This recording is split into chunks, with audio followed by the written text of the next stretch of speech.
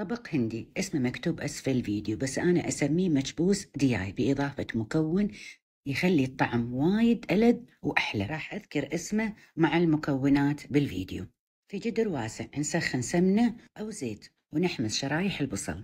من يذبل نضيف الثوم والزنجبيل، بعدين نضيف بهارات الحب ونحمسهم دقيقتين. نضيف قطع الدياي مغسولة طبعا ومقطعة ومنزوعة الجلد، نقلبهم على الوجهين، بعدين نضيف البهار والفلفل الحار. وهذا المكون اللي راح أضيفه هو البرقوق، احنا بالكويت نسميه كوجة.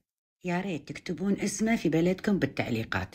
نحمسه شوية ونضيف الماي، بعد ثلث ساعة نضيف العيش المغسول والمنقوع ونوزن الماي ونخليه يطبخ لين ينشف، بعدين نخليه على نار هادية لين يستوي.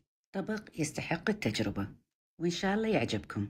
نزينه بالبصل المكرمل والكزبرة الخضراء. ولطلب الكبب المفرزنة الرقم على الشاشة.